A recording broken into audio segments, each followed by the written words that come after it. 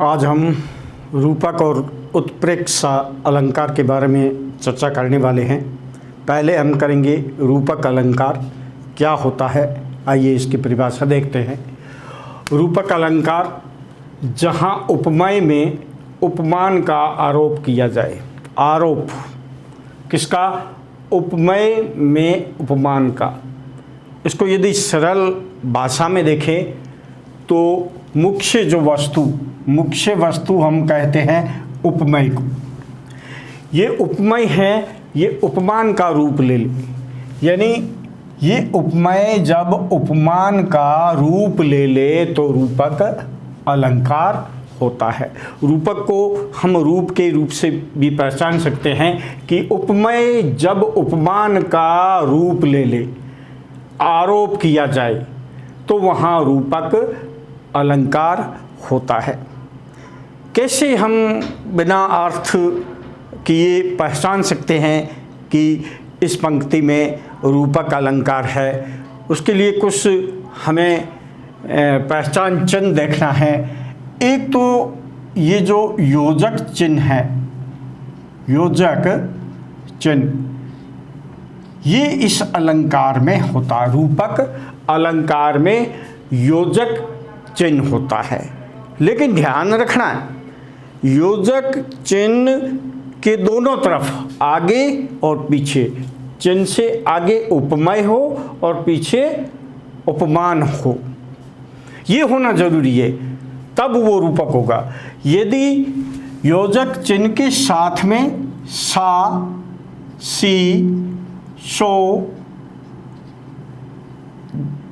इसमें से कोई शब्द आता है, योजक चिन्ह के बाद में इनमें से कोई यदि योजक वाचक शब्द आता है तो आप समझ लीजिए वो बन जाएगा उपमा अलंकार। उपमा अलंकार। यदि योजक चिन्ह के साथ में सा, सी, सो में से कोई आता है तो वो उपमा बन जाएगा। यदि दोनों तरफ, एक तरफ उपमेय है, उपमेय के बाद में योजक चिन्ह है और फिर उपमान है, तो ये बन जाएगा रूपक अलंकार। दूसरी, जब हम उस पंक्ति का हम अर्थ करेंगे तो अर्थ में ऐसा बोला जाएगा रूपी, एक रूपी शब्द। जैसे अपन अभी उदाहरण देखेंगे तो रूपी शब्द का वहाँ प्रयोग हो जाएगा। जब ऐसी परिस्थिति होती है तो वहाँ भी अपन देख लें रूपक अलंकार। हमने किन बातों पर चर्चा की? परिभाषा में क्या क्या चीज़ निकल के आई? पहली, कि जब उपमेय है वो उपमान का रूप ले ले, उपमेय उपमान का रूप ले ले। दूसरा, उपमेय और उपमान के बीच में योजक चिन्ह हो। तीसरा, जब हम इस पंक्ति का आशय या अर्थ स्पष्ट करें तो वहाँ हमें रूपी शब्द का प्रयोग मिलता हो, तो वहाँ रूपक अलंकार होता है। बहुत छोटा सा और सरल अलंकार है। देखिए, जैसे पायो जी मैंने राम रतन धन पायो। जब भी आप देखते ही इसको, ये योजक चिन्ह है बीच में, रूपक अलंकार है। बस सीधे देखते ही बात लो, रूपक अलंकार है। दूसरा, चरण कमल योजक है, चरण और कमल, इसमें भी रूपक है, सासे सिंह नहीं है। इसमें मैं या तो मैं चंद्र खिलौना ले हूँ, चंद्र और खिलौना योजक चिन्ह है, तो यहाँ भी रूपक है। पहली दृष्टि से बिना अर्थ किए देखते ही हम योजक चिन्ह के माध्यम से ये पहचान लेंगे कि यहाँ रूपक अलंकार है। किस प्रकार पहचान की? योजक चिन्ह। साथ में हमने क्या देखा कि योजक चिन्ह के आगे और पीछे, आगे उपमेय और पीछे उपमान है। सा से सी, ये जो वाचक शब्द है योजक चिन्ह के साथ में नहीं है तीनों उदाहरणों में। तो पहले देखते ही एक ही नज़र में, सेकंड में हम इसकी पहचान कर लेते हैं कि यहाँ रूपक अलंकार है। अब थोड़ा अर्थ की दृष्टि से देखते।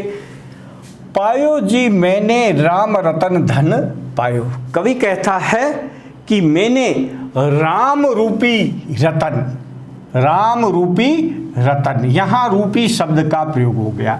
मैंने राम रूपी धन है वो अर्जित कर लिया है, प्राप्त कर लिया है, अब मुझे किसी की आवश्यकता नहीं है, मैं अपने जीवन से संतुष्ट हूँ, तो मैंने राम रूपी रतन है वो प्राप्त कर दिया। तो यहाँ रूपी शब्द अर्थ में, अर्थ भावार्थ करते समय हमें रूपी शब्द का प्रयोग यदि मिल जाए तो रूपक शब्द है। और उपमेय जब उपमान का रूप ले लेता है तो आप समझिए वहाँ रूपक है। योजक चिन्ह उसके साथ में उपमेय और उपमान के बीच में योजक चिन्ह है तो भी रूपक अलंकार होगा। यदि उसके साथ में योजक चिन्ह के साथ में कोई भी वाचक शब्द है तो वो उपमा हो जाएगा, रूपक नहीं होगा। इस तरीके से चरण, कमल, बंदो, हरि, राई। देखो ये चरण है वो कमल, चरण रूपी कमल है, चरण रूपी कमल है वो हरि से हमें प्राप्त हुआ है। यानी हरि की जब नाम लिया है तो ये जो चरण है वो किसके समान है? कमल के समान है, कमल के समान है। या उपमेय को रूप किसमें रूप ले लिया? उपमेय का रूप है उपमान का ले लिया, चरण ने कमल का ले लिया है, तो वहाँ हम हरि के जो चरण है रूपी है कमल है उसकी वंदना करते हैं, नमस्कार करते हैं। हरि के चरण रूपी कमल को वंदन करते हैं। अब तीसरे में अर्थ में देखें तो मैया मैं तो चंद्र खिलौना ले हूँ। बाल्य अवस्था में भगवान कृष्ण ने जिद कर ली थी कि मैं तो चंद्रमा रूपी खिलौना है वो ही लूँगा। यानी ये जो चंद्रमा है वो उसकी बिल्कुल उसका रूप ले लिया, उपमेय ने उपमान का रूप, चंद्रमा ही लेंगे यानी वैसा ही खिलौना लेंगे। तो चंद्र रूपी खिलौना, तो यहाँ जहाँ भी रूपी शब्द अर्थ करते वक्त रूपी शब्द का प्रयोग होता है तो वहाँ पर रूपक अलंकार होता। हमने 3 उदाहरणों के माध्यम से ये जानने का प्रयास किया कि रूपक अलंकार क्या होता है, उसकी क्या पहचान है और पंक्ति में हम कैसे ज्ञात कर सकते हैं कि इसमें रूपक अलंकार निहित है, इस पर हमने चर्चा की। अब हम करेंगे उत्प्रेक्षा अलंकार। क्या होता है? कल्पना। उत्प्रेक्षा का अर्थ होता है कल्पना, माना की, मानो की। जब कल्पना होती है किस प्रकार से होती है? उपमेय में उपमान की कल्पना की जाए, उत्प्रेक्षा अलंकार होता है। अब देखो कैसे हो भी है कल्पना, देखते हैं इसको, पंक्ति को देखते ही इसकी पहचान क्या है उत्प्रेक्षा अलंकार की, हम ये बता सकें कि इसमें उत्प्रेक्षा अलंकार है। तो 3-4 शब्द है उसको आपको याद रखना है। पहला शब्द है वो है मानो, दूसरा है मनहु, तीसरा है ज्यों और चौथा है यों। ये शब्द जब छंद में आए, पंक्ति में आए तो हम माने वहां पर उत्प्रेक्षा अलंकार होगा। इन सारों शब्दों का आशय होता है मानो की, यानी एक कल्पना का रूप होता है, तब उसमें उत्प्रेक्षा अलंकार होता है। आइए इस उदाहरण के माध्यम से इसको समझने का प्रयास करते हैं। सोहत ओडे पीत पट, श्याम सलोने गाथ। मानो, देखो ये शब्द आ गया मानो, तो देखते ही हम ये पहचान लेंगे इसकी ट्रिक और पहचान के माध्यम से कि ये उत्प्रेक्षा अलंकार है।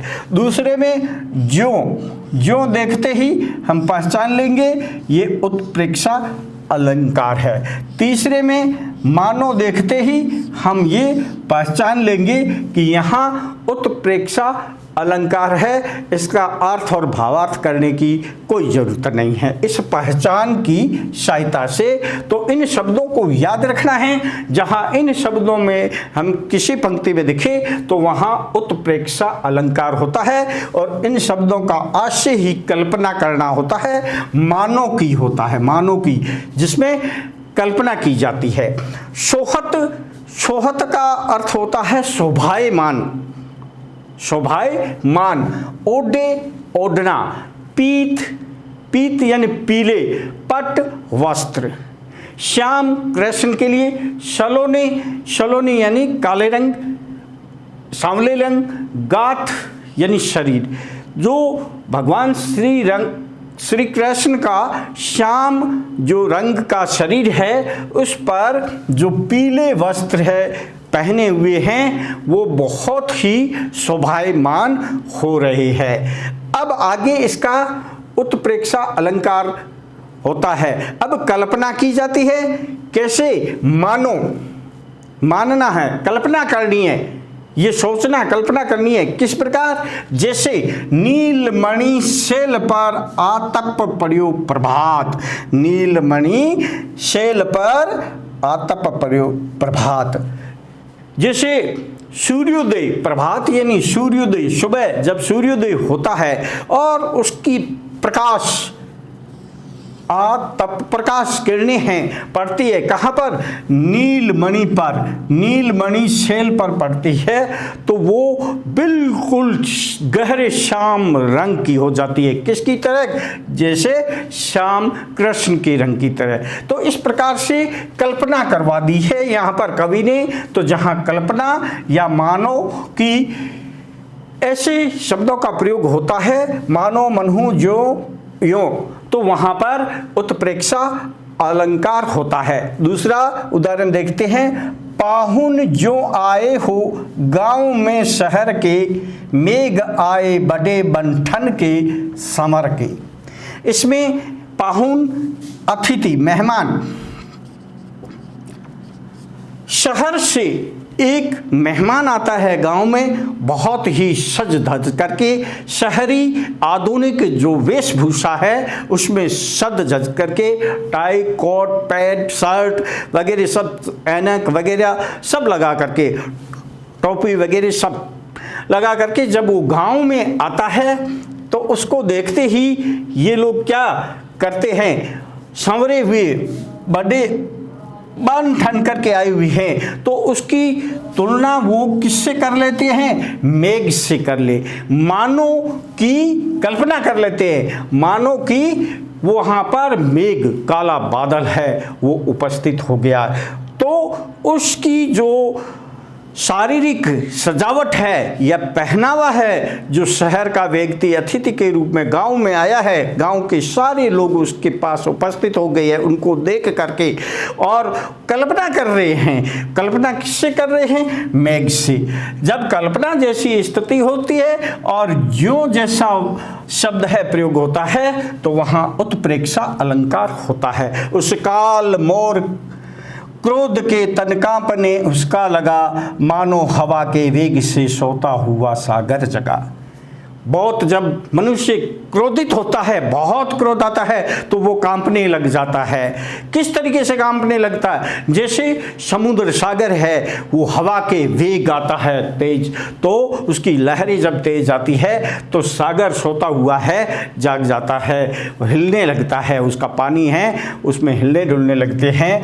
वैसे ही क्रोध में उस मानव का तन है कांपने लगता है। तो यह तुलना की है, मतलब मानो, कल्पना की है, तो कल्पना करके ये बताया है। तो जहाँ कल्पना मानो शब्द का प्रयोग होगा, वहाँ पर उत्प्रेक्षा अलंकार होगा। हमने अर्थ अलंकार के बारे में 3, पहला उपमा, दूसरा रूपक, तीसरा उत्प्रेक्षा, 3 अलंकारों का अध्ययन किया। तीनों ही महत्वपूर्ण है परीक्षा की दृष्टि से। प्राय इसमें बच्चे क्या है, थोड़े कंफ्यूज हो जाते हैं, उनको दोहरान के कार्य के रूप में दोबारा बताते हैं कि जहाँ सा से सी वाचक या फिर जैसा, तुल्य, ये वाचक शब्द आते हो और समानता पाई जाती है उपमेय और उपमान में, वहाँ उपमा अलंकार होता है। रूपक में हमने देखा कि योजक चिन्ह का प्रयोग होगा और अर्थ में रूपी शब्द का प्रयोग किया जाता है और उत्प्रेक्षा में कल्पना होती है। मानो मनहु ज्यों यों, ये शब्द इसमें प्रयोग आते हैं। तो दोहरान के रूप में ये हमें यहाँ आरोप किया जाता है और यहाँ पर कल्पना की जाती है, कल्पना की जाती है। यहाँ समानता होती है उपमान में इन शब्दों के साथ, यहाँ आरोप किया जाता है और यहाँ कल्पना होती है। तो ये 3 अर्थालंकार हमने पढ़े। अगले वीडियो में एक और नए अलंकार के साथ उपस्थित होंगे। तब तक आप सभी का धन्यवाद। जय हिंद।